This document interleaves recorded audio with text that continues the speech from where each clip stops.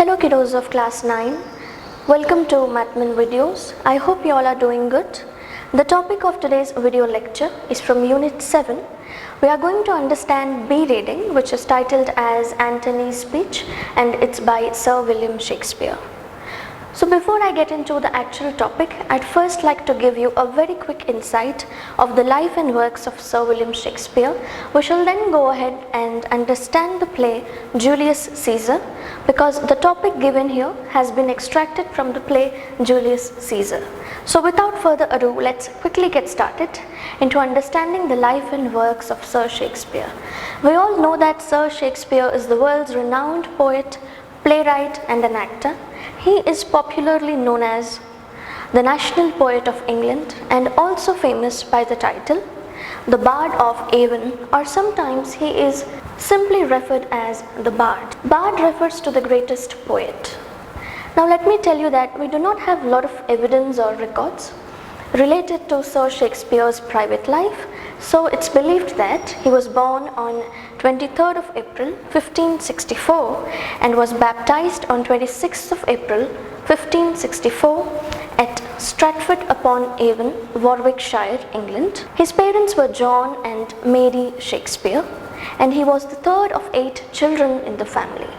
Shakespeare's father, John Shakespeare, was a renowned English businessman and a glove maker, whereas his mother comes from an affluent family of landlords. It's believed that Sir Shakespeare was sent to King's New School at Stratford, where he was exposed to Latin literature, or most of his education happened in Latin language. At the age of 18, Sir Shakespeare got married to Anne Hathaway, and the couple had 3 children, their elder daughter Susanna and the twins Judith and Hamnet. Hamnet dies at the age of 11 and nobody knows the cause of his death. But it's believed that Sir Shakespeare has dedicated his longest work, Hamlet, to his deceased son. Somewhere between 1585 and 1592, Sir Shakespeare began his successful career in London as a writer, actor and a poet. Apart from this, he was also a part owner of an acting company known as Lord Chamberlain's Men. Most of his plays were written between 1592 and 1613. His early plays were basically histories and comedies, which were regarded as the finest work of those genres. During his last years, he wrote tragic comedies, which are also known as romances, and did a lot of collaborations with other playwrights. Sir Shakespeare wrote about 38 plays, 154 sonnets and 3 long narrative poems. A sonnet refers to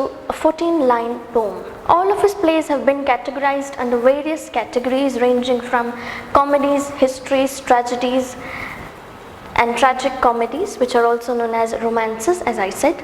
I'm not going to name any of his plays here in this video because I think it would be a great injustice to the Bard if I miss out naming any of his works, because according to me, all of his plays are beyond this world. They are quite intriguing and fascinating. Hence, it would not be an exaggeration to say that his plays have been translated into almost all the living languages in the world and are performed more often than those of any other playwright. He died on 23rd of April 1616 at the age of 54 at Stratford. So that was a very quick insight of the life and works of Sir William Shakespeare. I think now the time has come to understand the plot of Julius Caesar. In the year 1599, Sir Shakespeare wrote this wonderful play, The Tragedy of Julius Caesar, and the play got published in 1623. The play is based on the true events of Roman history, and it portrays the tragic story of the Roman dictator Julius Caesar, who was assassinated by his dearest friend Brutus and few other conspirators. The play also portrays the dilemma of loyalty, and it demonstrates the dark sides of human nature such as betrayal and barbarism. The play has been divided into 5 acts and it is set in 44 BCE in ancient Rome. As the play begins, we see that the city of Rome is beautifully decorated.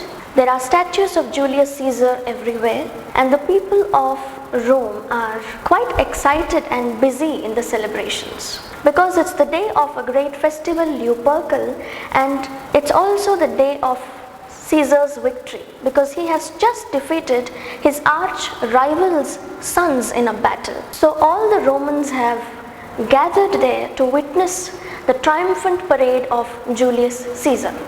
We also see that two of the Roman officials, Flavius and Murillus, start bossing around the commoners. They order the commoners to get back to working, but the citizens disobey them and they continue with the celebrations. As Caesar arrives along with few of the military and political figures, a soothsayer refers to the person who foretells or predicts the future. A soothsayer approaches Caesar and he warns Caesar to be aware of 15th of March.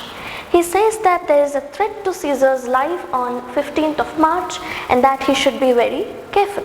But Caesar ignores the soothsayer's warnings and he continues to enjoy his celebrations. We also see that Cassius, who is the mastermind of the plot, pulls Brutus aside.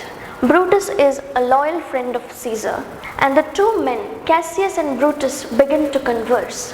Cassius asks Brutus for his strange behavior. He says that he has been observing Brutus, that he is quite aloof and distant since past many days, and Cassius asks the reason for Brutus's strange behavior.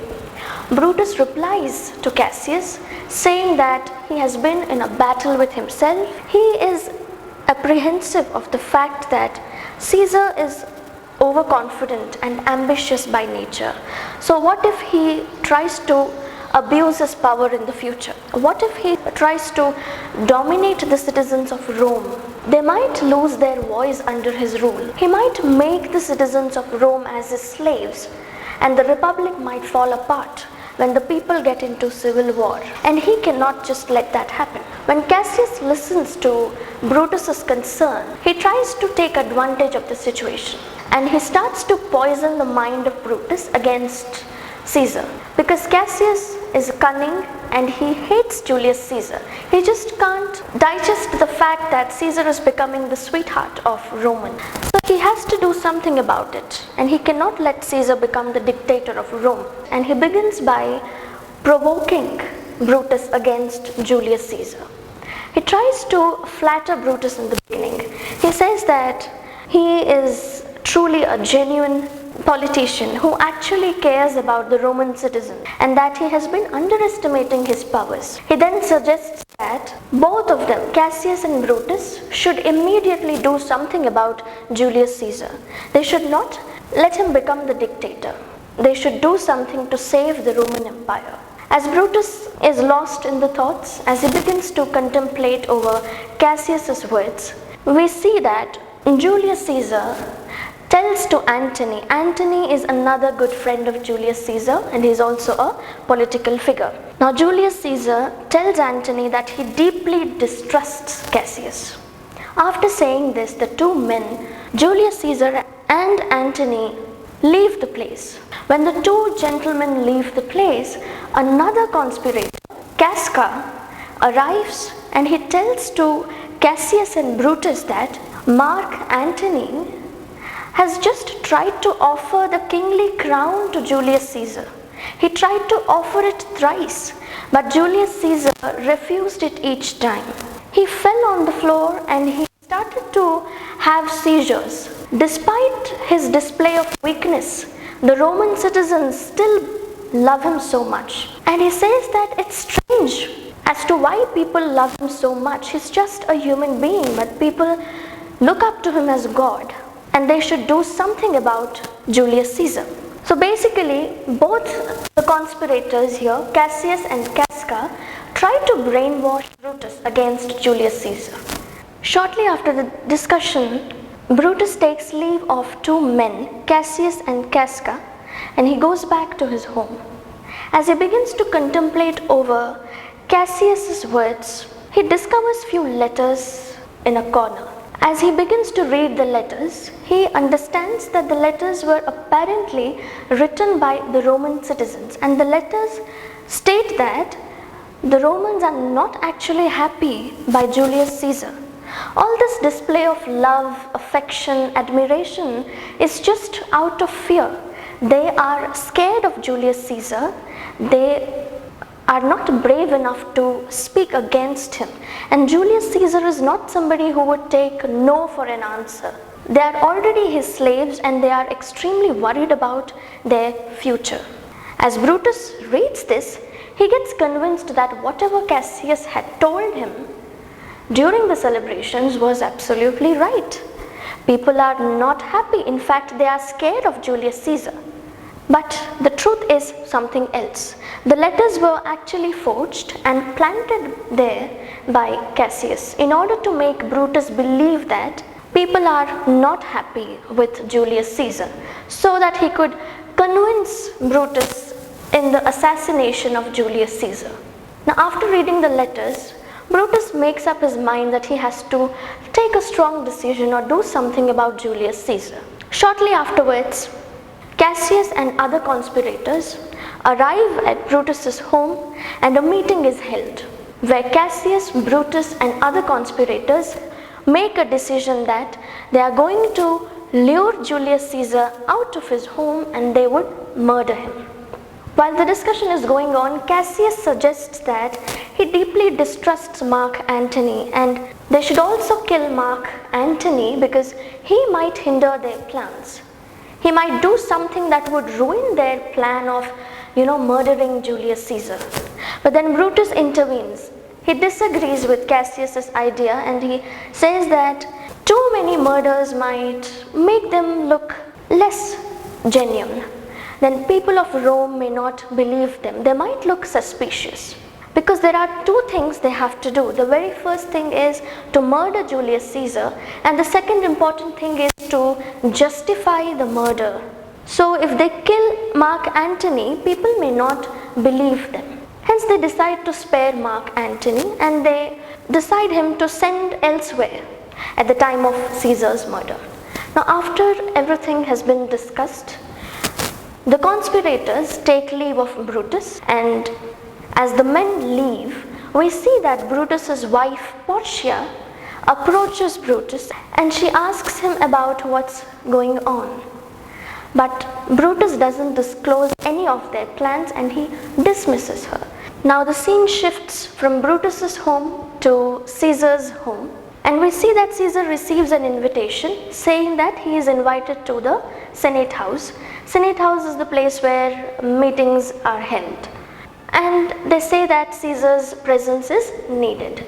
Now Caesar gets ready to go to Senate House. We see that Calpurnia arrives and she tries her best to stop Caesar. She reminds him of the soothsayer's warnings and she also reveals about the nightmare she had the previous night. Calpurnia has this nightmare the previous night where she sees a bloody statue of Julius Caesar with blood dripping from it. And there were few men who encircled the bloody statue of Caesar and they were smiling and washing their hands in Caesar's blood.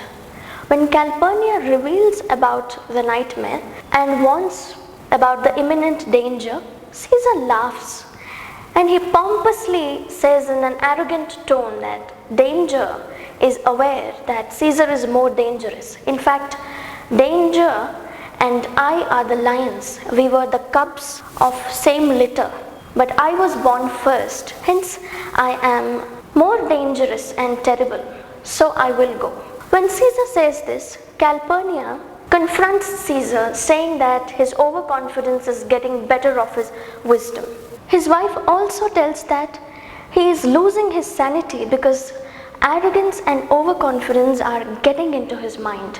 After several attempts, Calpurnia at last says that if not as a caution, then at least as a favor to her, Caesar should stay home and not step out. She finally succeeds in convincing Caesar to stay home with her. We then see that the conspirators who are eagerly awaiting Caesar's arrival at the Senate House send one of their men, Decius, to bring Caesar. When Decius arrives here, he sees Caesar sitting and conversing with his wife. And Decius wishes him and tells that he has been sent by the senators to take Caesar to the Senate house. Then Caesar replies saying that he would not go to the Senate house, he would not attend the meeting. And he asks Decius to pass on the same information to the senators. When Decius listens to this, he says that it would be better if Caesar told him a cause, because the men sitting there would expect a cause for Caesar's absence. And if he just goes there and says Caesar won't come, they might laugh at Decius. So Caesar ends up revealing the actual truth.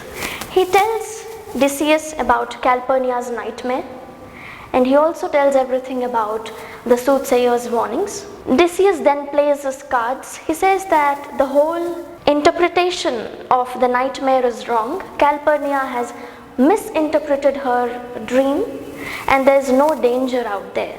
He also says, Julius Caesar, that he should think about his responsibility as a politician first. His responsibility towards Romans is greater than his private concerns.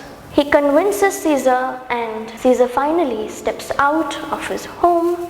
As he begins to walk towards the Senate house, the soothsayer again approaches Caesar and he makes several attempts to get Caesar's attention. He continuously warns him about the danger, but Caesar ignores the soothsayer once again and he reaches the Senate house. When Julius Caesar arrives in the Senate house, he is welcomed in the most grandiose and exaggerated manner by the conspirators. As Caesar sits there, the conspirators pretend to show him respect by bowing down at his feet. And before Caesar could understand, the men slowly encircle Caesar and they take turns to stab him. All the conspirators, they stab Caesar one after the other. And when Caesar sees his dearest friend Brutus among his murderers, he feels extremely broken, shattered and betrayed. And he utters the words, "Et tu, Brute," which means, "You too, Brutus, you too were involved in this conspiracy." He gives up all his struggle and dies. Shortly after Caesar's assassination, we see that Mark Antony, who had been sent away from Rome on the false pretext, receives the news of Caesar's death and he comes back to Rome.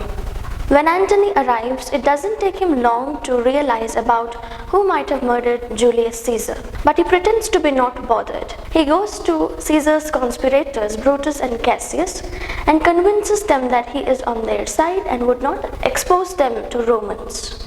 But when Antony asks Brutus about his motive behind murdering Julius Caesar, Brutus replies Antony saying that he is about to make a speech on Caesar's funeral and that he would reveal his motive during the speech. Upon hearing this, Antony also expresses his desire to be allowed to make a speech on Caesar's funeral. However, Cassius is quite suspicious about Mark Antony, as he fears that Antony might ruin their plans by exposing them to Romans. Despite Cassius' suspicion, Brutus gives Antony a benefit of doubt and allows him to make a speech on Caesar's funeral. After the permission has been granted, Mark Antony takes leave of Brutus and other conspirators, and now the scene shifts to the day of Caesar's funeral.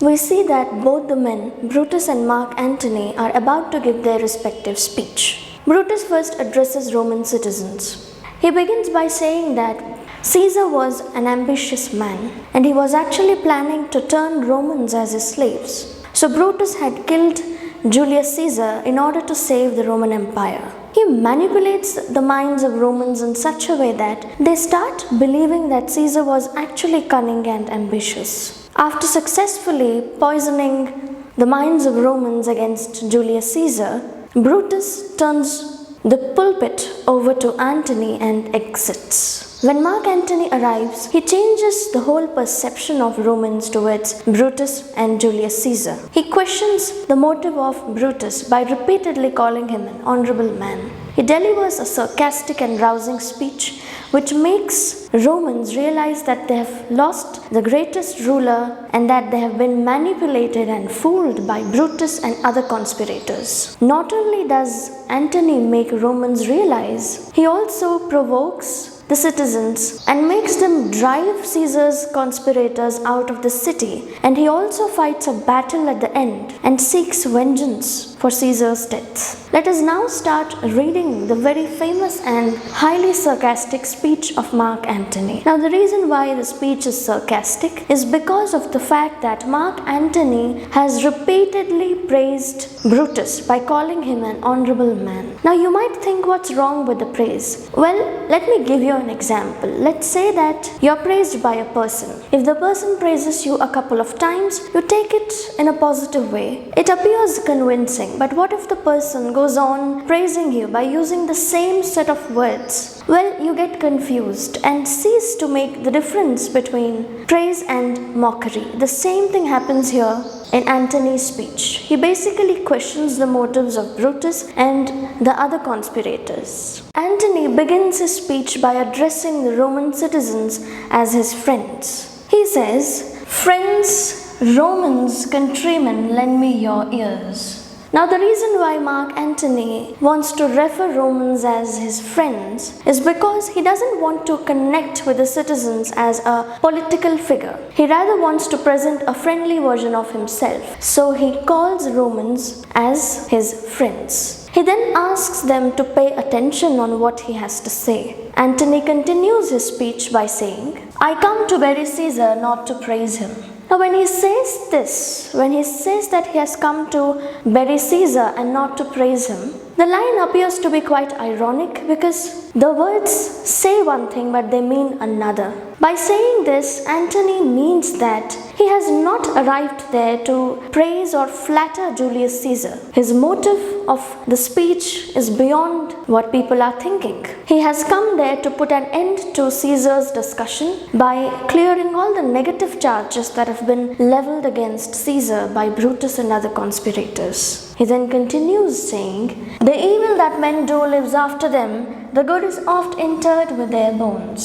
The evil or the negative things that men do continue to live even after the men die, whereas the good deeds are often interred or buried with their bones. So let it be with Caesar. The noble Brutus hath told you Caesar was ambitious. So let the good deeds of Caesar be buried with his bones. And you can continue talking negative of Julius Caesar because noble Brutus has told you that Caesar was ambitious. If it were so, it was a grievous fault, and grievously hath Caesar answered it. Antony then says that if Julius Caesar was ever ambitious, then it was his grievous fault. It was a serious sin, and he got a serious punishment for that. You see, he is murdered. Here, under leave of Brutus and the rest, for Brutus is an honorable man, so are they all honorable men. Antony here makes a sarcastic remark again. He calls Brutus and the other conspirators of Julius Caesar as honorable. Come I to speak in Caesar's funeral? He was my friend, faithful and just to me. But Brutus says he was ambitious. Antony says that Julius Caesar was his friend. He was faithful and righteous man. So he has come there to speak on his funeral.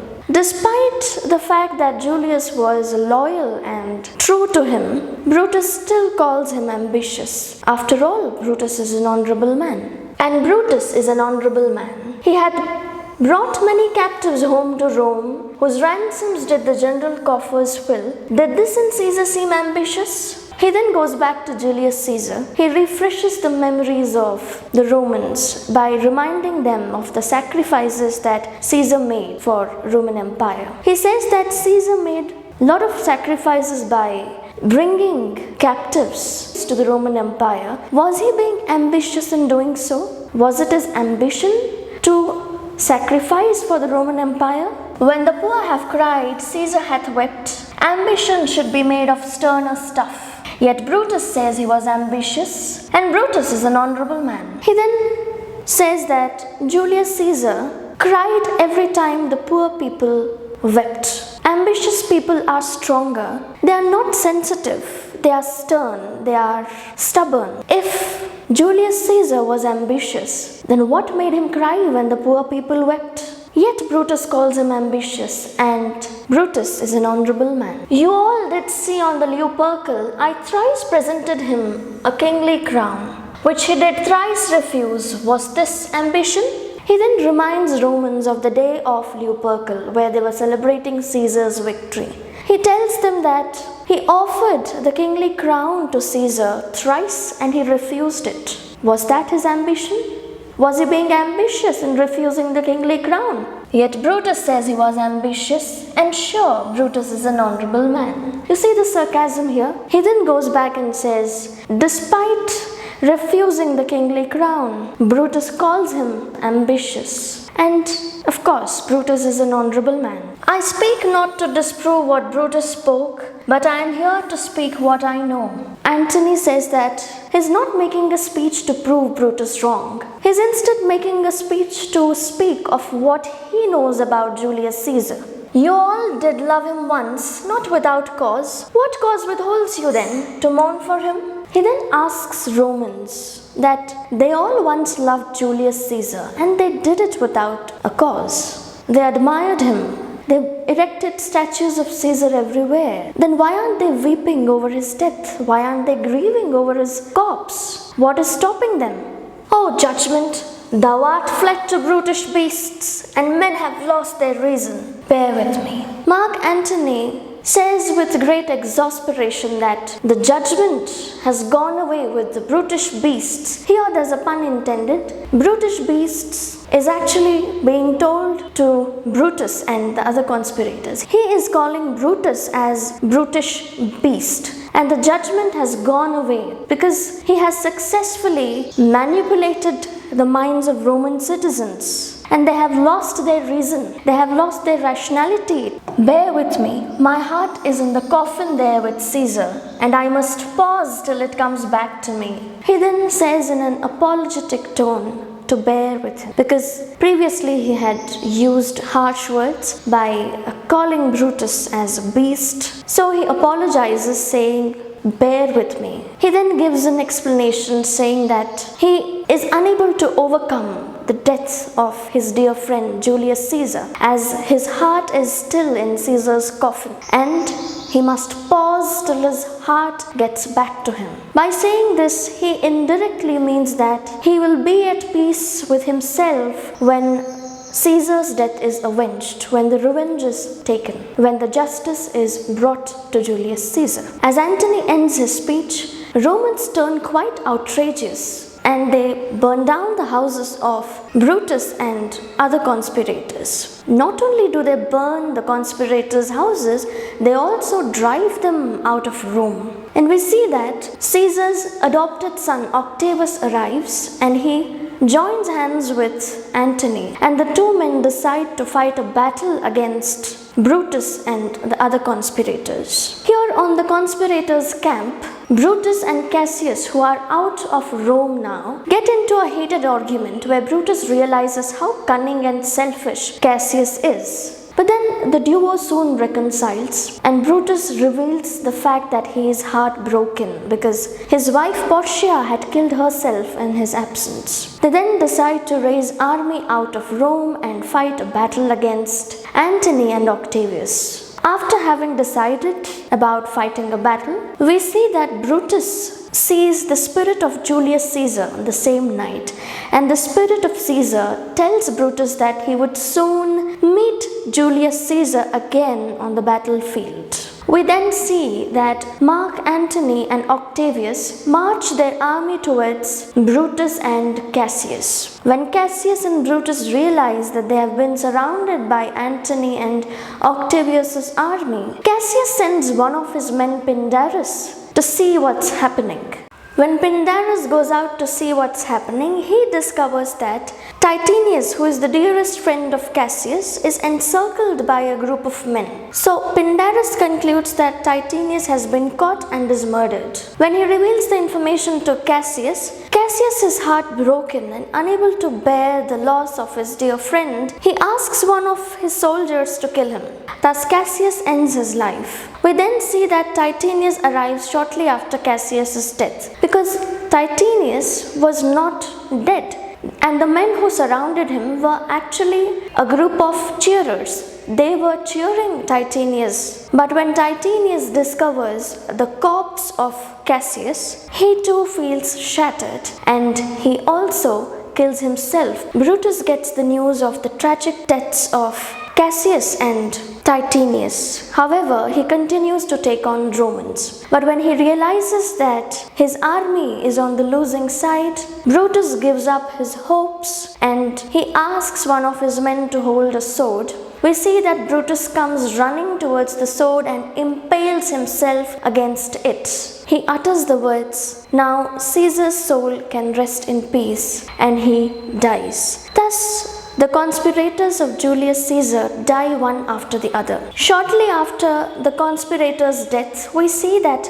Mark Antony praises Brutus, saying that he was actually an honorable man. He was a genuine politician because he did not have personal motive behind murdering Julius Caesar. His intention was noble because he thought of the welfare of Roman citizens, and he was the only conspirator who did not act out of his ambition or selfish interest. So Octavius orders his men to give an honorable burial to Brutus. The play Julius Caesar ends when a triumvirate of Antony, Octavius and Lepidus is formed. Triumvirate refers to the three-men coalition. The three men, Mark Antony, Lepidus and Octavius, rule the Roman Empire after Caesar's death. That was all about the wonderful play, The Tragedy of Julius Caesar. I hope you understood the play and also Antony's speech. I think now it's time to understand the various literary devices used by Sir William Shakespeare. Before we understand literary devices, I'd first like to tell you what literary devices are. Well, literary devices are the tools or the devices used by the writers and poets to enhance their text. Literary devices make the text appealing and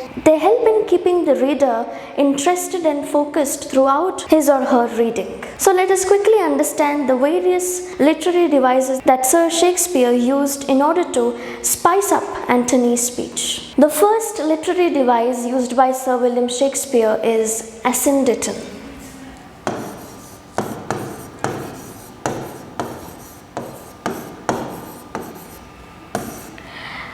Asyndeton refers to a literary device where there is an omission of conjunction. Here, if we look at the first sentence, friends, Romans, countrymen, when we usually list out the names, we separate them using a comma, and before we utter the last word, we do not put a comma, we put a conjunction. But here we see that there is no use of conjunction after Romans. The conjunction has been omitted. Now this is known as asyndeton. Asyndeton is used to make the readers to focus on the main idea. The second literary device used by Sir Shakespeare is a figure of speech basically. If we read the lines, "The evil that men do lives after them, the good is oft interred with their bones." Here the ideas are spoken of as if they are human beings. Here basically the ideas of good and evil are personified. Personification is a figure of speech where the ideas or things are spoken of as if they are human characters. If we continue reading the speech, we see that there's another device used by Sir Shakespeare which is known as syllabuses.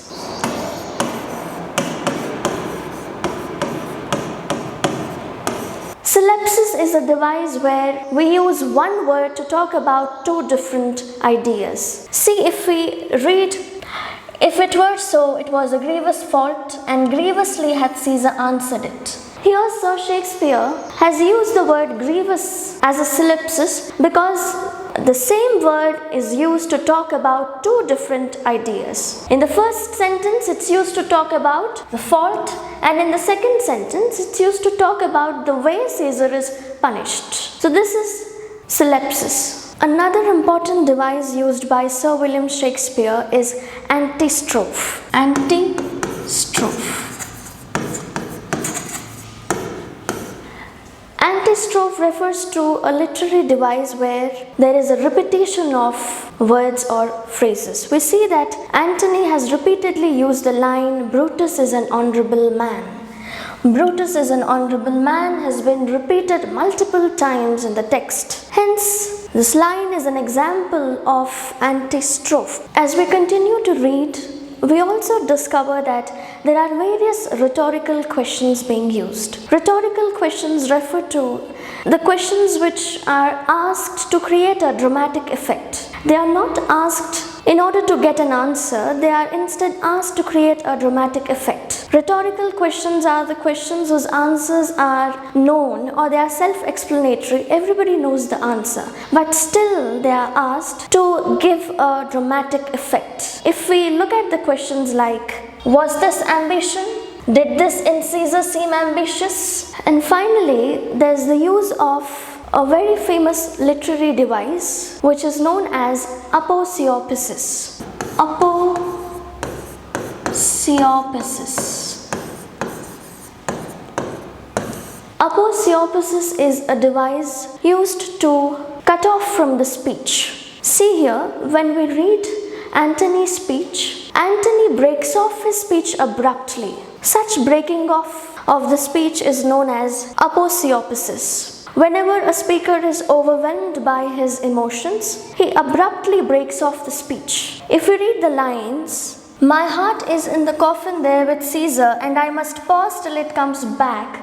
If you pay attention here, there is an abrupt ending to the speech. Such abrupt ending of the speech is known as aposiopesis. So those were the various literary devices used by Sir William Shakespeare. I hope you enjoyed watching the video.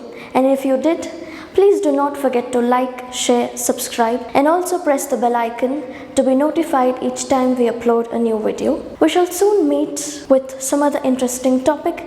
Until then, stay tuned, stay happy, bye-bye.